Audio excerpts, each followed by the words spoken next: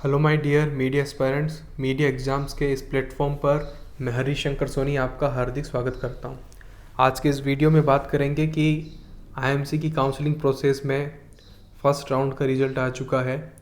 Result आने के बाद में अगर आपको सीट मिली है तो क्या करना है, सीट नहीं मिली है तो क्या करना है, इसके बारे में अच्छे से बात करने वाले हैं।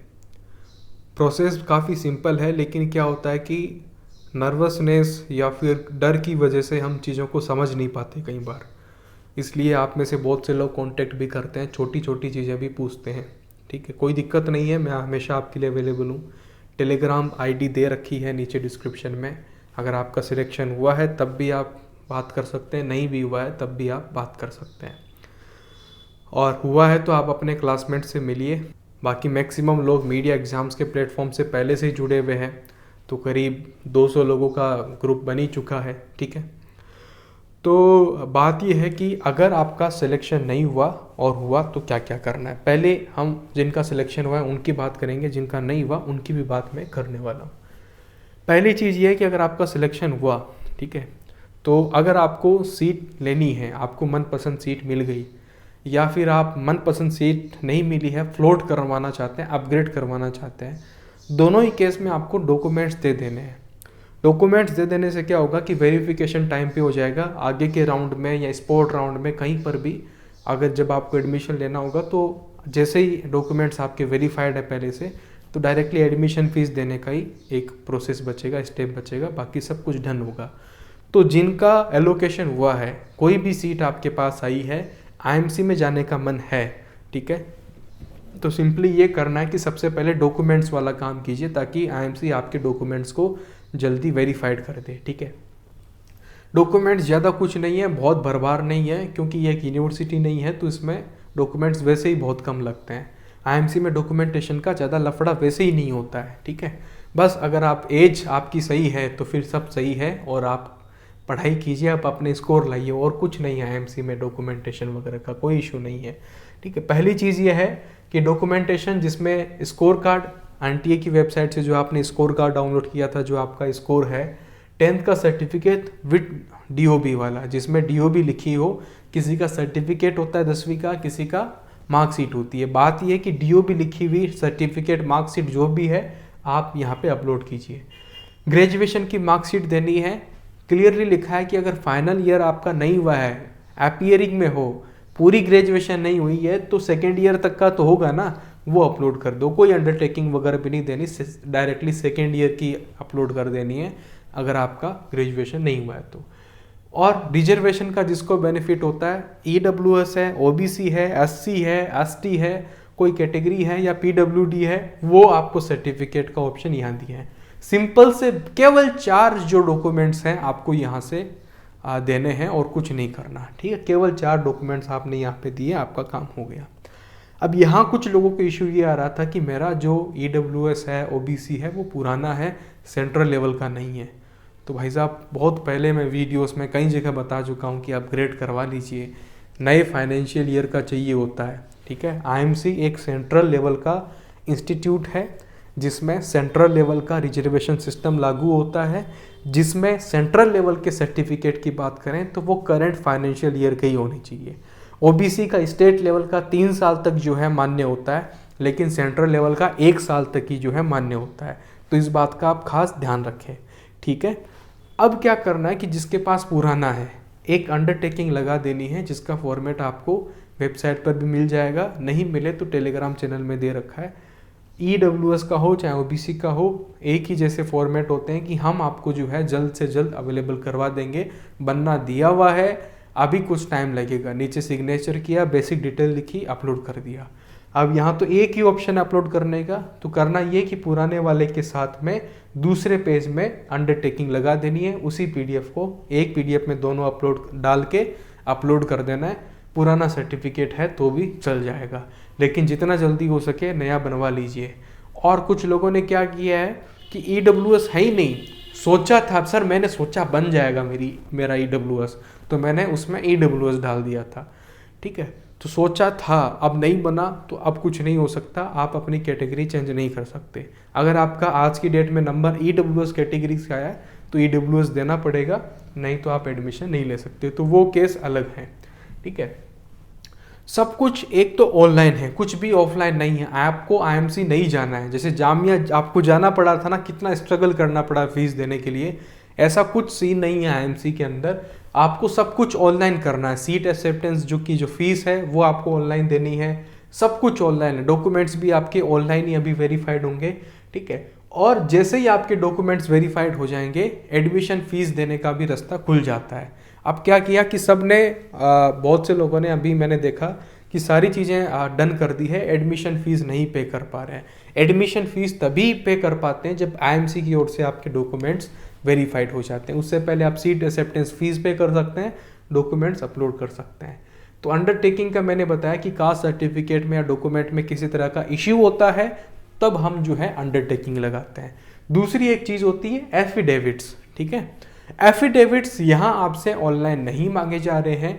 जिस दिन आप IMC फर्स्ट टाइम विजिट करेंगे, ऑफलाइन प्रोसेस के थॉट जो है एफिडेविट्स आपसे लिए जाएंगे, जैसे कि एंटी रैगिंग का, डिसिप्लिनरी जो है वो भी लिया जाएगा इस साल से, ताकि आप डिसिप्लिन मेंटेन करें। एंटी रैगिंग वाला भी जो है इस साल पहली बार ऐसा IMC में हो रहा है कि एफिडेविट भी आपको बनवा के लेके जाना है। ठीक है, तो उसकी फर्दर जो अपडेट है मैं आपको, जो लोग जुड़ रहे हैं उनको मैं टेलीग्राम चैनल और ग्रुप में दे दूंगा। ठीक है, तो ये कहानी है बेसिक सी ये, और प्रोसेस फ्लो के अंदर सब कुछ लिखा है। ओरिजिनल जो चीज़ें हैं वो आप ध्यान से पढ़िए, ठीक है, ताकि आपको दिक्कत ना आए। अब देखो कि जिनका सिलेक्शन नहीं हुआ, ठीक है, तो कोई सीट अलॉट नहीं हुई है, तो बस वो यही काम कर सकते हैं कि नेक्स्ट राउंड का वेट कर सकते हैं। अब कुछ लोग ऐसे हैं कि उनका रिजल्ट तो आया, लेकिन उनकी मनपसंद चॉइस जो है उनको नहीं मिली है। ठीक है, कुछ भी नहीं मिला है, ऐसा हुआ है, मतलब कुछ मिला है लेकिन मनपसंद नहीं मिला है। तो देखो आपके पास दो ऑप्शन होते हैं, फ्रीज का और फ्लोट का। पहले जान लेते हैं कि इसका मतलब क्या है, फिर आगे हम इसको हर एक स्टेप में डाल के देखेंगे कैसे क्या होता है। फ्लोट का मतलब होता है कि अपग्रेड कर दीजिए, डिग्रेडेशन नहीं है, नीचे नहीं जा सकते। जैसे कि आपकी प्रेफरेंस थी 1 2 3 4, आपको फोर्थ प्रेफरेंस जो है अभी मिली हुई है। अगर आप फ्लोट के ऑप्शन में रहेंगे, फ्लोट की स्टेज में रहेंगे, तो आप अपग्रेड ही हो सकते हैं।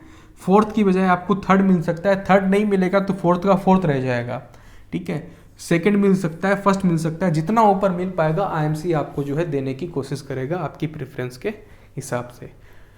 फ्रीज का मतलब होता है कोई अपग्रेड नहीं करना, मेरे को तो अपना सब कुछ मिल गया, फर्स्ट चॉइस ही मिली है, तो फ्लोट का ऑप्शन ही नहीं आएगा। फर्स्ट चॉइस जिसको मिली है उसको तो फ्लोट का ऑप्शन दिखेगा ही नहीं कि है क्या। जिसको फर्स्ट चॉइस नहीं है, ये सेकंड थर्ड फोर्थ 5 6 में कुछ आया है, तो उसको दो ऑप्शन दिखेंगे, फ्लोट और फ्रीज के। अब मान लो कि फोर्थ आई और फोर्थ में ही वो खुश है, कुछ नहीं करना मेरे को, तो यही वाली सीट दे दो, तो आप फ्रीज कर सकते हैं, नहीं तो फिर आप फ्लोट कर सकते हैं। ठीक है, अब हम एक बार 3 राउंड का पूरा खेल देख लेते हैं कि क्या होगा। 3 राउंड होने, first round, second round, third round. पहले राउंड का जो है रिजल्ट आ चुका है। ठीक है, इन तीनों राउंड में कोई भी नया पर्सन नहीं आएगा, कोई भी नया बंदा इसमें नहीं आना है। इस साल 2023 के अंदर करीब 1030 एलिजिबल स्टूडेंट्स ने जो है फॉर्म भरा है। फॉर्म भरने वालों की संख्या तो 1500 से भी ज़्यादा है, लेकिन फीस पेमेंट करना, चॉइस लॉक करना, ये सब करने वाले जो लोग हैं, उसमें अगर हम बात करें तो एलिजिबल कैंडिडेट्स जो हैं आपके 1030 हैं, 1030 लोग हैं।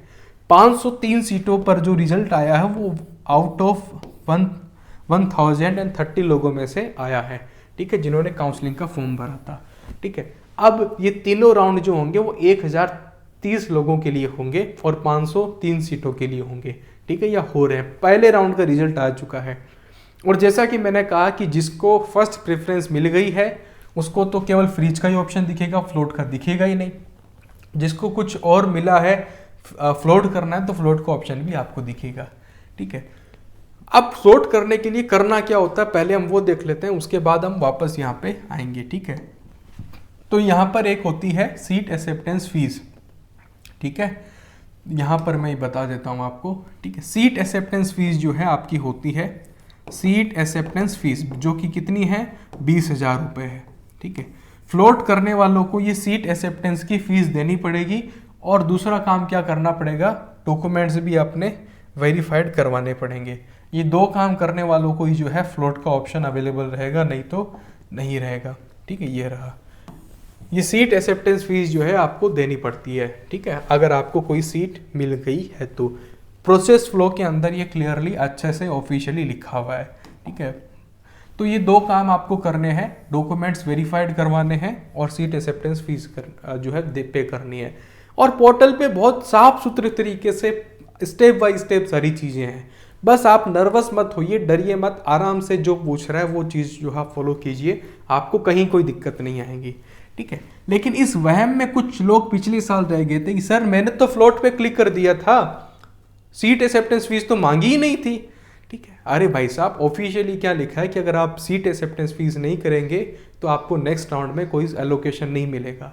फ्लोट पे क्लिक करने के बाद सीट एक्सेप्टेंस फी करने वाले का ही फ्लोट का ऑप्शन लागू रहेगा, नहीं तो नहीं रहेगा। इस चक्कर में मत फंस जाना, ठीक है, कि मेरे से तो मांगी ही नहीं, ठीक है। तो अलग अलग अजीब अजीब तरह के लोग आते हैं, अजीब अजीब तरह की बातें करते हैं कि ये हुआ ही नहीं, ऐसा किया ही नहीं, ठीक है। तो समझदारी से काम लीजिए, जो ऑफिशियल चीज़ लिखी है और प्रोसेस फ्लो नाम से एक PDF है उसको भी आप पढ़ सकते हैं, ठीक है। तो सेकेंड राउंड में आप आए, ठीक है, आपको अगर कुछ अपग्रेड मिल गया, अब वो सीट लेनी है तो फ्रीज कर सकते हैं, नहीं मिला तो फिर से फ्लोट कर सकते हैं। थर्ड राउंड तक आए, इसमें भी जो है अगर आपको मनपसंद मिल गया तो फ्रीज कर दीजिए, नहीं मिला तो फिर रिफंड के लिए अप्लाई कर दीजिए, ठीक है। थर्ड राउंड में आने के बाद आपको फ्रीज फ्लोट नहीं दिखेगा। थर्ड राउंड का रिजल्ट जिस दिन आ जाएगा उस दिन आपको जो है, जिनको फर्स्ट चॉइस नहीं मिली है, ठीक है, या मिल भी गई है यहाँ पर आने के बाद, तो फ्रीज कर दीजिए, नहीं लेना वो भी तो रिफंड पे अप्लाई कर दीजिए कि मेरे को विड्रॉ करना है, मेरे को नहीं लेना सीट, विड्रॉल या फिर रिफंड के लिए अप्लाई कर देना होगा। तो ये ओवरऑल 3 राउंड में इस तरीके से आपके पास 2 ऑप्शन हमेशा रहेंगे, ठीक है। लेकिन जिसके पास फर्स्ट चॉइस आ गई है फर्स्ट राउंड में, उसके पास तो एक ही ऑप्शन है फ्रीज करने का, और वो भी छोड़ के जाना चाहता है तो कुछ ही मत करो ना, ऑटोमेटिक ही आप बाहर हो जाओगे, ठीक है। तो ये है। इसके आगे एक चीज़ स्पॉट राउंड का भी है जो मैं अभी आपको समझा दूंगा। डॉक्यूमेंट्स वेरिफिकेशन मैंने आपको बता दिया, सब कुछ ऑनलाइन है, ठीक है। और जो सीट एक्सेप्टेंस की फीस है वो रिफंडेबल है, ठीक है, रिफंड हो जाएगी वो, जो कि कितनी है, 20,000 रुपये रिफंडेबल है। उसमें कुछ कट सकता है अमाउंट 1,000 तक का, कई बार बिना कटे भी दे देते हैं, लेकिन कट भी सकता है, इस बात का ध्यान रखें। और तुरंत नहीं मिलता कि आपने रिफंड के लिए आज कहा और अगले दिन आ गया, 1 हफ्ते में आ गया, टाइम लगेगा, बहुत टाइम लगेगा, इस बात का ध्यान रखना। और जिस समय आपने काउंसलिंग का फॉर्म भरा था, कैंसिल चेक आपने दिया था, उसके अंदर आपके जो अकाउंट नंबर थे, उसी अकाउंट में जो है आपका पैसा आपको वापस मिलेगा। कुछ लोग ये भी पूछ रहे थे कि मेरी काउंसलिंग की जो फीस है 1,000 रुपये या फिर 1,500 रुपये लगी है, वो भी कब वापस आएगी, तो वो वापस नहीं आएगी। काउंसलिंग की फ़ीस जो होती है वो रिफंडेबल नहीं होती है। ये सीट एक्सेप्टेंस फीस जो है रिफंडेबल है। इवन आप एडमिशन ले भी लेते हो तो एक पर्टिकुलर डेट तक आपकी एडमिशन फीस भी जो है रिफंडेबल है, इस बात का आप ध्यान रखना। लेकिन उसमें भी अमाउंट कट के मिलेगा, इस बात का ध्यान रखना। तो अच्छी बात ये है कि अगर आपको IMC जाना है तो आप एडमिशन प्रोसेस को फॉलो कीजिए, नहीं जाना तो फिर आप मत कीजिए ना, तो ज़्यादा बेटर रहेगा, ठीक है। पहले डिसीजन लेंगे तो बढ़िया रहेगा। एक ज़रूरी चीज़ है डेट को लेकर। देखिए, डेट को लेकर बहुत से लोग समझ नहीं पा रहे कि है क्या। 11 अगस्त को जो है, सबसे पहले मैंने आपको बताया था कि रिजल्ट आ गया, शाम को 5:05 के आसपास जो है रिजल्ट आया था, ठीक है। तो इस समय जब आपका ये रिजल्ट आया, आप देख पा रहे हैं कि यहाँ पे जो फ्रीज फ्लोट मतलब विलिंगनेस देने की डॉक्यूमेंट्स की जो ये तारीख है ये दे रखी है। कुछ लोग कह रहे हैं कि सर हम चीज़ जो भी करेंगे 18 तारीख को करेंगे। देखो, बात ये है कि आप डॉक्यूमेंट्स वाला काम पहले कर लीजिए, सीट एक्सेप्टेंस फीस पहले आप दे दीजिए, ठीक है, ताकि आपको दिक्कत ना हो। सीट एक्सेप्टेंस फीस आप थोड़ा लेट भी देंगे तो भी चलेगा, लेकिन डॉक्यूमेंट्स वेरीफाइड होने में, क्योंकि वो चेक करते हैं आपके डॉक्यूमेंट्स, उसमें टाइम लगता है, तुरंत नहीं होता वो। आज आपने डॉक्यूमेंट्स अपलोड किए हैं, कल या फिर परसों में आपके डॉक्यूमेंट्स वेरीफाइड होंगे, ठीक है। तो डॉक्यूमेंट्स वेरिफिकेशन में टाइम लगता है। अगर आप 18 तारीख को ही करेंगे तो IMC वालों को ज़्यादा दिक्कत होगी। कई बार क्या होता है कि आपको एडमिशन फीस देनी थी, अब आपने 18 तारीख की लास्ट डेट को जो है डॉक्यूमेंट्स वेरीफाइड किया, ठीक है, और पता चला कि वो वेरीफाइड होने के बाद एडमिशन का लिंक, एडमिशन फीस देने का लिंक काम नहीं कर रहा। तो ऐसी चीज़ें ना हो, ठीक है, इस चीज़ से बचिए। इसलिए फुल टाइम आपको दिया है तो आप लास्ट डेट तक मत रुकिए। आप ये मान के चलिए कि मेरे पास तो 15 अगस्त को ही जो है सब कुछ करना है। आराम से कीजिए, लेकिन सही टाइम पे करने की कोशिश कीजिए, ताकि आपको भी दिक्कत ना हो और IMC वालों को भी दिक्कत ना हो, ठीक है। और ये कहानी है 18 तारीख तक जो है आप ये कर सकते हैं। फिलहाल डेट तो यही दे रखी है, ठीक है। और सेकंड राउंड का जो रिजल्ट है वो आपको 19, 20 या 21 में से आपको मिल जाएगा, ठीक है। या तो 19 को ही दे देंगे अगले दिन, नहीं तो 20 को मिलेगा। लेकिन जितना टाइम अभी एडमिशन फीस पे करने का, डॉक्यूमेंट वेरिफिकेशन का अभी मिला है फर्स्ट राउंड में, इतना सेकेंड राउंड में और थर्ड राउंड में नहीं मिलता। ये एक एक दो दो दिनों के होते हैं। सेम एज जो आगे स्पोर्ट राउंड की अगर हम बात करें, बहुत से लोग स्पोर्ट राउंड का पूछ रहे थे। स्पोर्ट राउंड की अगर हम बात करें तो वो बाकी के 3 राउंड से थोड़ा सा कट होता है और अलग होता है, ठीक है। स्पोर्ट राउंड क्या होता है, बाकी की जो 3 राउंड है उनसे अलग है, और उसके अंदर नए रजिस्ट्रेशन भी ओपन कर सकता है अगर आईएमसी चाहे तो। जिन लोगों ने काउंसलिंग फॉर्म नहीं भरा था, हो सकता है कि स्पोर्ट राउंड में आपको भरने का मौका मिल जाए, ठीक है। तो आप थोड़ी सी होप रख सकते हैं। और जो सीटें खाली रह जाती है, ये किसी ने एडमिशन फीस देने के बाद अगर विड्रॉल कर लिया है, तो अगर कोई सीट खाली हो जाती है तो उसमें स्पोर्ट राउंड वाले को एडमिशन मिल जाता है। स्पोर्ट राउंड में भी जो है सेम एज ये जो राउंड होते हैं वैसे ही होता है, ठीक है। कुछ खास उसमें डिफरेंस नहीं है, बहुत कम टाइम इसमें मिलता है। जैसे आज लिस्ट आई, आपको कल तक बताना है एडमिशन फीस पे करनी है, नहीं करोगे तो फिर दूसरों का नाम आएगा, ठीक है। बाकी जब होगा तब और अच्छे से आपको टेलीग्राम ग्रुप वगैरह में मैं आपको बता दूंगा, ठीक है। फिजिकली रिपोर्ट आपको 4 सितंबर को ही करना है, लगभग यही डेट तय है, आज भी बात हुई थी, ठीक है। तो यही जो है आपकी डेट है, इसी दिन आपको जो आईएमसी में पहला कदम रख देना है, ठीक है। बहुत से लोग तो पहले ही घूम के आ गए होंगे कि चलो देख के तो आए कहाँ जा रहे हैं, ठीक है। तो ऐसा है। और एडमिशन फीस कितनी है और सीट एक्सेप्टेंस की जो फीस है वो इसका पार्ट है कि नहीं है। देखो, सीट एक्सेप्टेंस की फीस कितनी है, 20,000 रुपये, जो कि आपकी एडमिशन फीस का पार्ट है। और एडमिशन फीस आपकी क्या है, फर्स्ट सेमेस्टर की फीस है, पहले सेमेस्टर की फीस है और कुछ नहीं है। पहले सेमेस्टर की फीस कितनी है भाई, पहले तो जो अमाउंट है किसी भी कोर्स का उसको हाफ कर दो, हाफ करने के बाद लाइब्रेरी चार्ज जोड़ दो और स्टूडेंट वेलफेयर चार्ज जो है जोड़ दीजिए, ठीक है। ऐसे करके आपको निकालना पड़ेगा। और ये भी मैंने कितना ऑलरेडी पे करना होता है, ये भी मैंने जो सिलेक्टेड लोगों का ग्रुप है उसमें सब में बेसिक सारी चीज़ें डाल रखी है। जैसे ही ज्वाइन करते हो आप, सारी दिक्कत से आप मुक्त हो जाते हो। तो ऐसे करके आपको एडमिशन फीस का निकालना होता है। और एडमिशन फीस मैं फिर दे रहा हूँ कि एडमिशन फीस जो है फर्स्ट सेमेस्टर की फीस है। फर्स्ट सेमेस्टर की फीस में 20,000 रुपये ये घटा के फिर पे करना है। फॉर एग्जाम्पल कि 50,000 रुपये आपका देना आया फर्स्ट सेमेस्टर की फीस, 20,000 रुपये आपने पहले से सीट एक्सेप्टेंस के दे दिए ना, तो वो इसमें से माइनस करने हैं। सीट एक्सेप्टेंस फीस कोई अलग से चार्ज नहीं है, एडमिशन फीस का ही जो है एक पार्ट है, ठीक है। तो ये पूरी ओवरऑल कहानी है।